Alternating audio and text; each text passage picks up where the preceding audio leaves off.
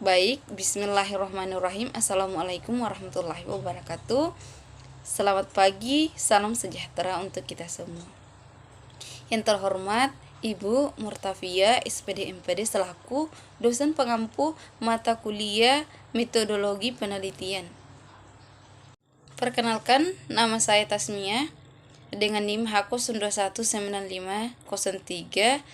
Judul proposal yang akan saya presentasikan ialah penerapan pembelajaran PBL dalam konsep Siwali Parry dalam meningkatkan hasil belajar matematika siswa.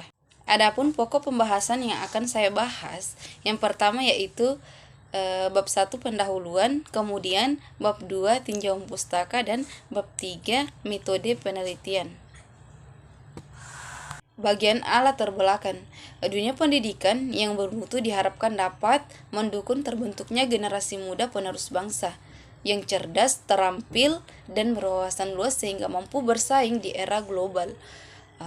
Karena pada hakikatnya fungsi pendidikan adalah untuk mengembangkan kemampuan serta meningkatkan mutu kehidupan dan martabat manusia.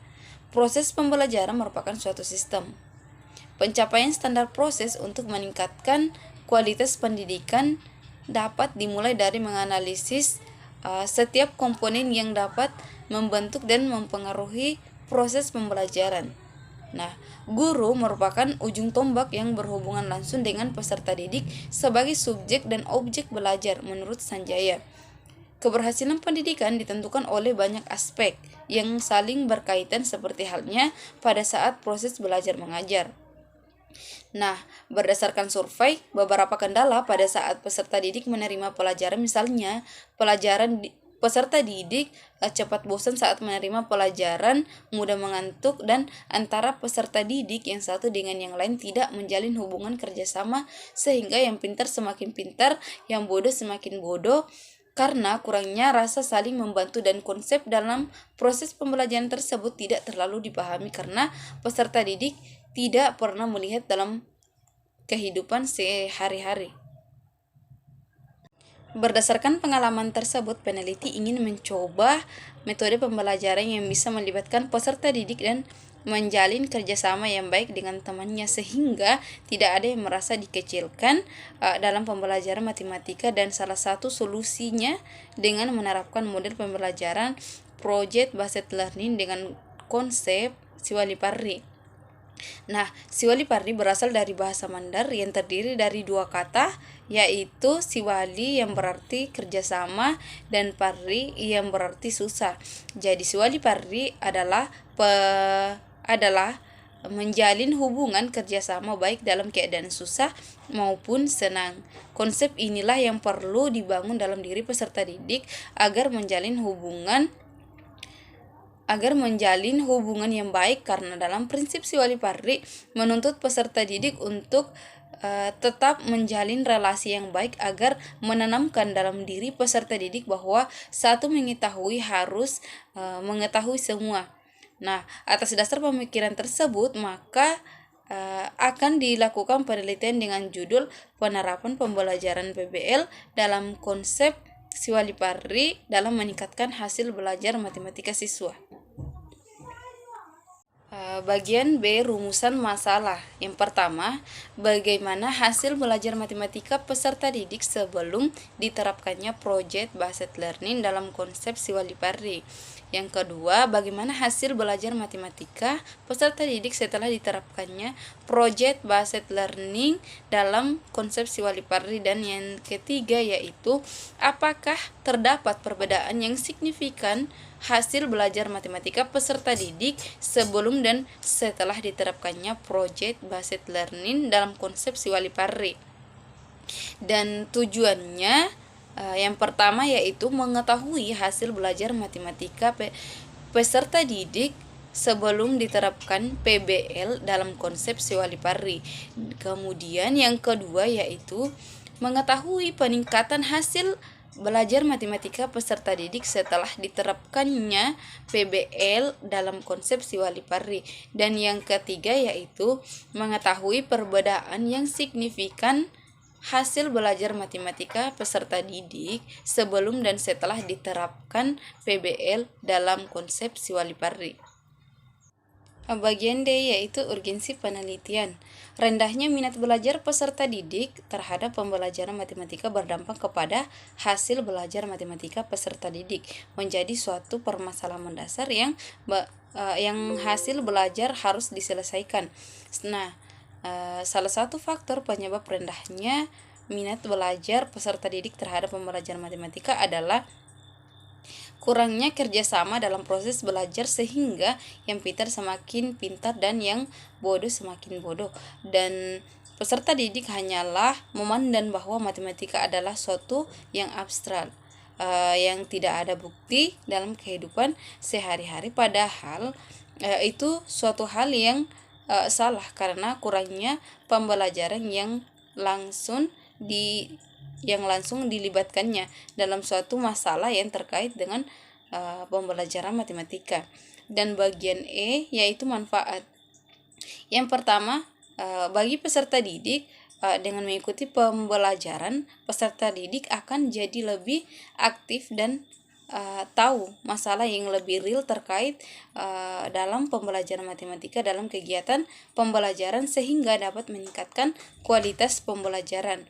Kemudian yang kedua, bagi guru menjadi suatu masukan yang berarti untuk mengembangkan pembelajaran. Dan yang terakhir, bagi sekolah, yaitu hasil penelitian ini dapat membantu memperbaiki kegiatan pembelajaran. Kemudian bagian F yaitu luaran. Luaran yang ditargetkan dari kegiatan ini adalah publikasi ilmiah pada jurnal nasional. Tinjauan pustaka. Kajian teori bagian A. Pembelajaran matematika, belajar dan pembelajaran terdapat hubungan yang erat. Belajar dideskripsikan sebagai perubahan terus-menerus pada diri manusia yang menyangkut pengetahuan maupun perilaku yang dihasilkan oleh pengalaman yang diperoleh secara aktif, menurut Abdul Ghafur. Nah, proses belajar mengajar matematika di sekolah perlu selalu ditingkatkan agar kualitas pembelajaran selalu terjaga dan hasil yang diharapkan dapat memenuhi tujuan pembelajaran yang ditetapkan. Pendidik atau guru bidang studi pendidikan matematika harus selalu merencanakan adanya kriteria hasil yang memenuhi standar kompetensi peserta didik di dalam setiap proses pembelajaran, menurut Supriyadi. Kemudian bagian B yaitu model pembelajaran. Secara umum, istilah model diartikan sebagai kerangka konseptual yang digunakan sebagai pedoman dalam melakukan suatu kegiatan. Berdasarkan pengertian itu, maka model pembelajaran adalah kerangka konseptual yang melukiskan prosedur yang sistematik dalam mengorganisasikan pengalaman belajar untuk mencapai tujuan belajar tertentu dan berfungsi sebagai pedoman bagi perancang pengajaran dan para guru dalam merencanakan dan melaksanakan aktivitas pembelajaran, menurut Winatapura. Secara garis besar, model pembelajaran merupakan gaya atau strategi yang dilakukan oleh seorang guru dalam melaksanakan kegiatan belajar mengajar. Kemudian bagian C yaitu Project Based Learning atau biasa disingkat dengan PBL. PBL merupakan model pembelajaran yang menggunakan masalah sebagai langkah awal dari mengintegrasikan pengetahuan baru berdasarkan pengalaman nyata. PBL dilakukan secara sistematik yang mengikut sertakan peserta didik dalam pembelajaran sikap, pengetahuan, dan keterampilan melalui investigasi dalam perancangan produk. PBL merupakan model pembelajaran yang inovatif yang menekankan belajar konseptual melalui kegiatan-kegiatan yang kompleks. Pelaksanaan PBL memberi kesempatan kepada peserta didik berpikir kritis dan mampu mengembangkan kreativitasnya melalui pengembangan inisiatif untuk menghasilkan produk nyata berupa barang atau jasa. Kemudian bagian D yaitu hasil belajar. Belajar merupakan proses yang diri individu yang berinteraksi dengan lingkungan untuk mendapatkan perubahan dalam perlakuannya. Hasil belajar adalah kemampuan-kemampuan yang dimiliki peserta didik setelah ia menerima pengalaman belajarnya, menurut Nana Sujana. Nah, hasil belajar matematika adalah nilai perubahan yang dicapai oleh peserta didik setelah berlangsungnya proses belajar matematika. Hasil belajar merupakan indikator kualitas dan kuantitas pengetahuan yang telah dikuasai peserta didik, juga sebagai indikator terdapat daya serap peserta didik. Kemudian bab 3 yaitu metode penelitian. Bagian A, tahapan penelitian. Penelitian yang digunakan yaitu penelitian kuantitatif dengan konsep pendekatan eksperimen.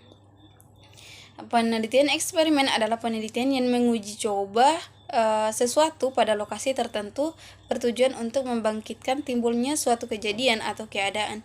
Dengan kata lain, penelitian eksperimen adalah suatu cara untuk mencari hubungan sebab akibat atau causal effect antara dua faktor yang sengaja ditimbulkan oleh peneliti dengan mengeliminasi atau mengurangi atau menyisihkan faktor-faktor lain yang bisa mengganggu. Nah, desain eksperimen yang digunakan dalam penelitian adalah pre-experimental design. Bentuk desain true experimental dalam penelitian ini adalah protest post-test, control group design. Kemudian bagian B yaitu variabel penelitian. Variabel independen atau bebas dalam penelitian ini adalah project based learning dalam konsep Shwari-Parry. Variabel dependen atau terikat adalah hasil belajar matematika peserta didik.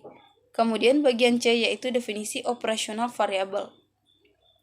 Variabel independen atau bebas dalam penelitian ini project based learning dalam konsep Shwari-Parry adalah merupakan pembelajaran dengan peserta didik dengan peserta didik dengan diberikannya suatu topik atau masalah baru dianalisa bersama-sama lalu didiskusikan dan peserta didik dapat memahami dalam masalah tersebut.